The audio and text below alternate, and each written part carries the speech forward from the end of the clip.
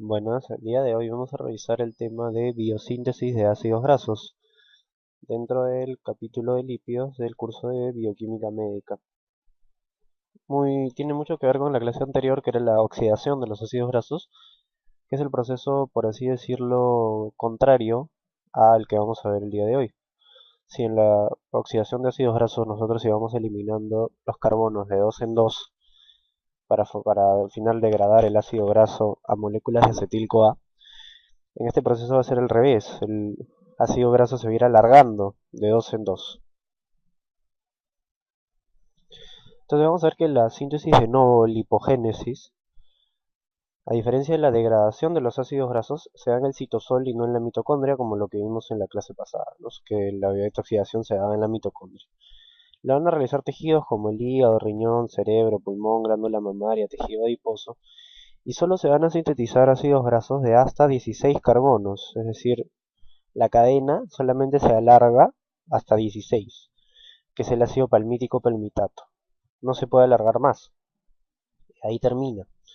Después existen sistemas de alargamiento de cadena, o sea, que le aumentan a que sea más de 16 carbonos, que ya no están en el citosol, sino están en el retículo endoplásmico. En estas reacciones se va a utilizar NADPH como agente reductor en la síntesis de los ácidos grasos. Después vamos a ver que el NADPH tiene dos orígenes importantes.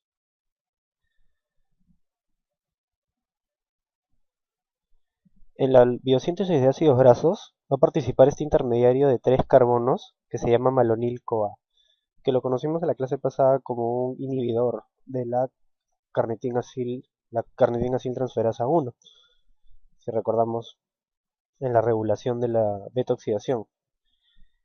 Este malonil-CoA no interviene en la degradación, se va a formar en el citosol a partir del acetil-CoA mitocondrial.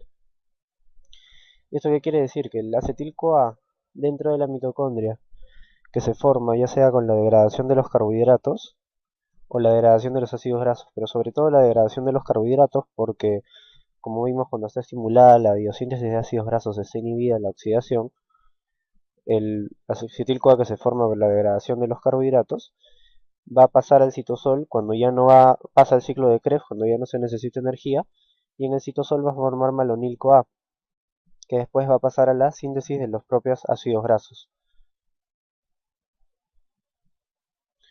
Entonces vamos a ver que el transporte del acetil-CoA al citosol se da por estas reacciones que se llaman la lanzadera del citrato.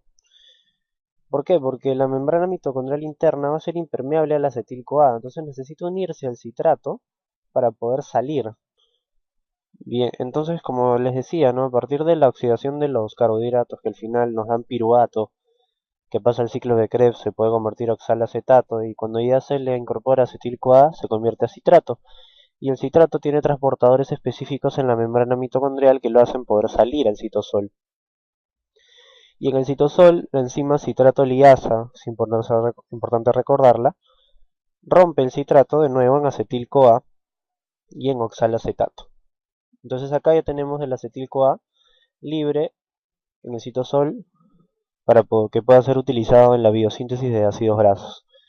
Y luego tenemos que el oxalacetato con adición de molécula de NADH forma malato. Malato se puede convertir de nuevo a piruvato con la enzima málica o la malato deshidrogenasa. Y acá se forma NADPH. Entonces este es uno de los orígenes del NADPH que se utiliza para la biosíntesis de los ácidos grasos. Tenemos otro origen aparte que es la vía de las pentosas fosfato. Y luego el piruvato vuelve a ingresar dentro de la mitocondria para repetir el mismo proceso de la lanzadera del citrato. Entonces, ¿cuándo es que el acetil-CoA formado a partir de la degradación de los carbohidratos en la mitocondria pasa a la biosíntesis de ácidos grasos? Esto se da cuando ya las necesidades energéticas ya se han cubierto y ya no se necesita más producción de ATP.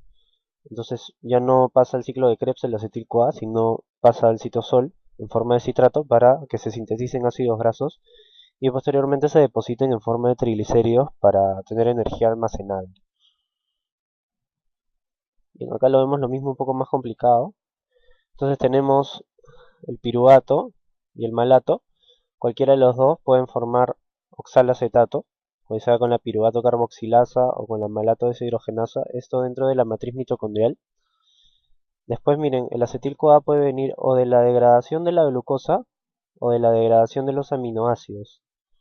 El acetil-CoA que es origen para la síntesis de ácidos grasos, pero no viene de la degradación de los ácidos grasos, es decir, de la beta-oxidación no viene acetil-CoA acá, porque como recordamos, ¿no? Si el proceso de biosíntesis de ácidos grasos está estimulado, el proceso de oxidación de estos va a estar inhibido, entonces no va a haber una fuente significativa de acetil-CoA que provenga de la beta-oxidación que se puede utilizar para la biosíntesis de ácidos grasos.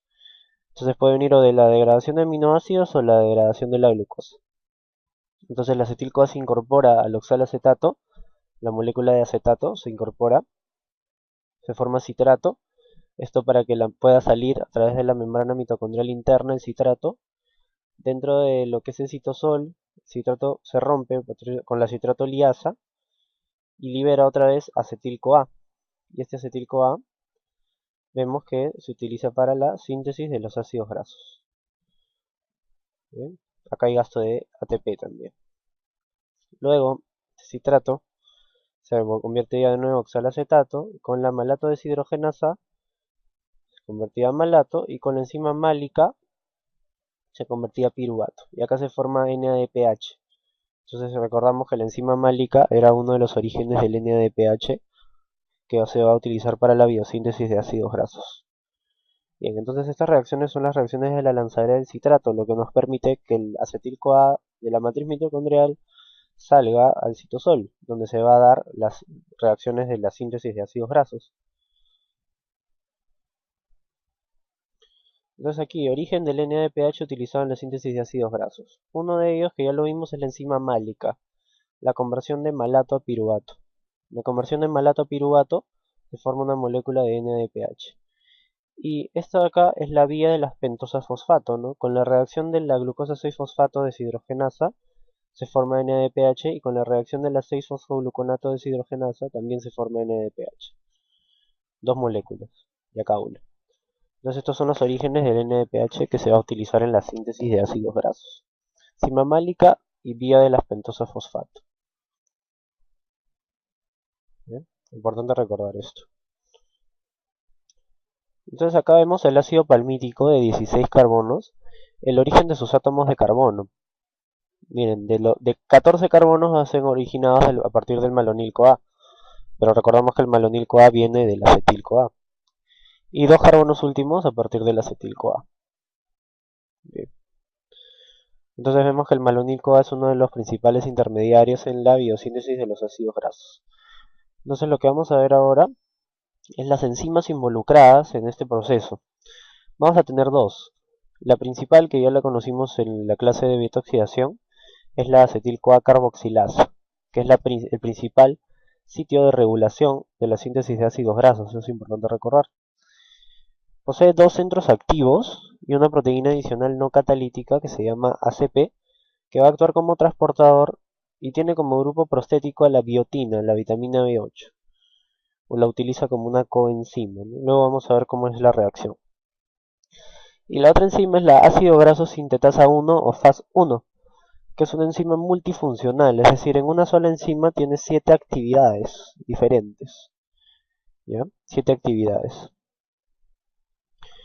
Bien, entonces la reacción del acetil-CoA carboxilasa nos permite la conversión del acetil-CoA hacia malonil-CoA.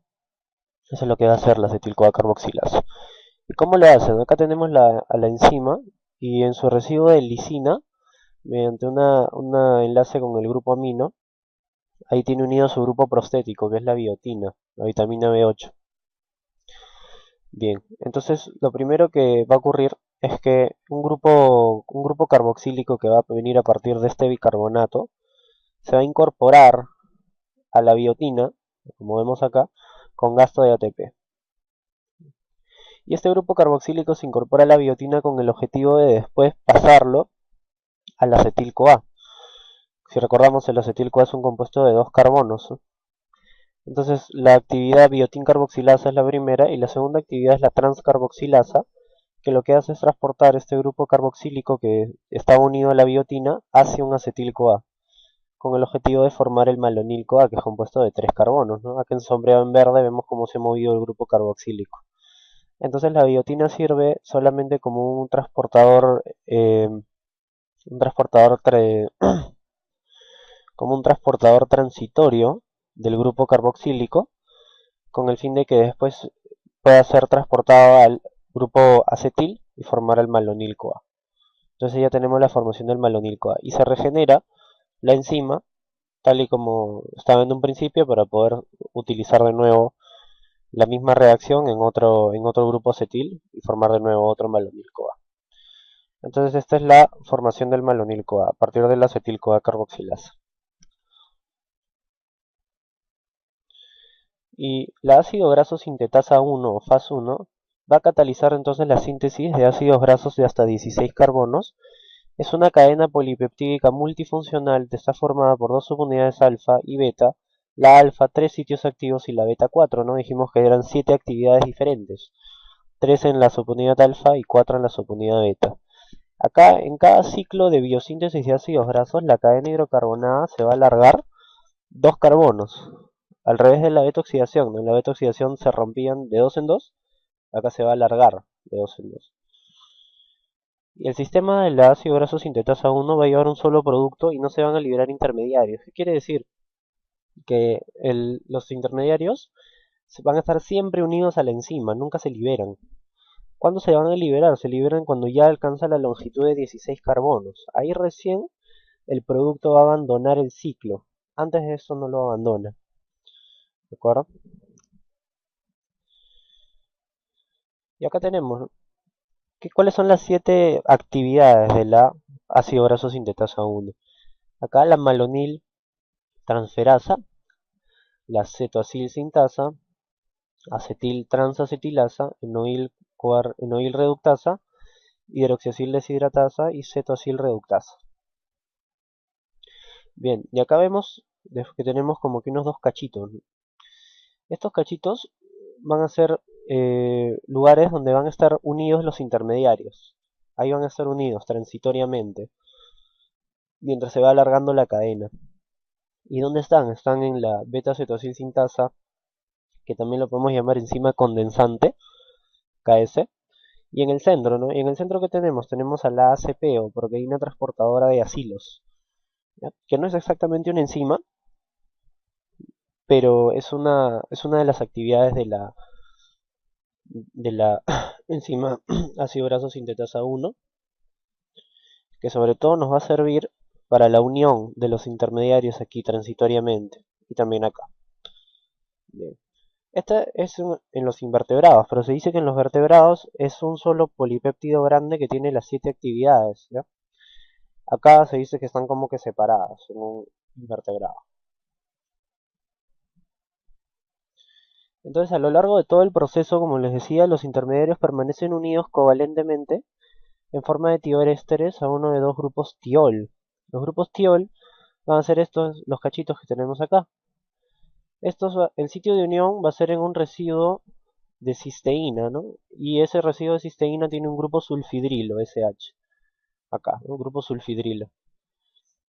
En uno de los dominios, ¿no? Ya sea en la beta-cetosila CP sintasa o enzima condensante, acá, y el otro en el grupo sulfidrilo de la proteína transportadora de acilos, que está en el centro, la ACP, que va a tener un residuo que se llama 4-fosfopanteína.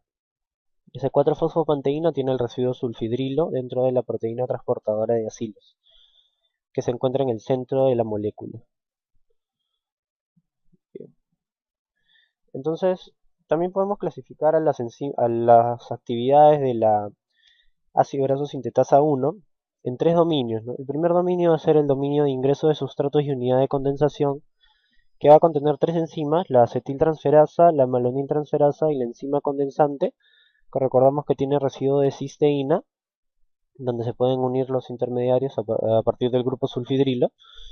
El dominio 2 es la unidad de reducción, que tiene 3 enzimas, la cetoacil reductasa, la hidroxiacil deshidratasa y la enoil reductasa, que se dice que tienen la porción transportadora de acilos, o la ACP. O sea, se dice que la molécula del centro, la proteína transportadora de acilos, está como que unida a la enoil reductasa, pero con fines prácticos se toma como si fuera un polipéptido separado, como si fuera una proteína aparte. Por eso se toma para poder explicarlo mejor de esa manera.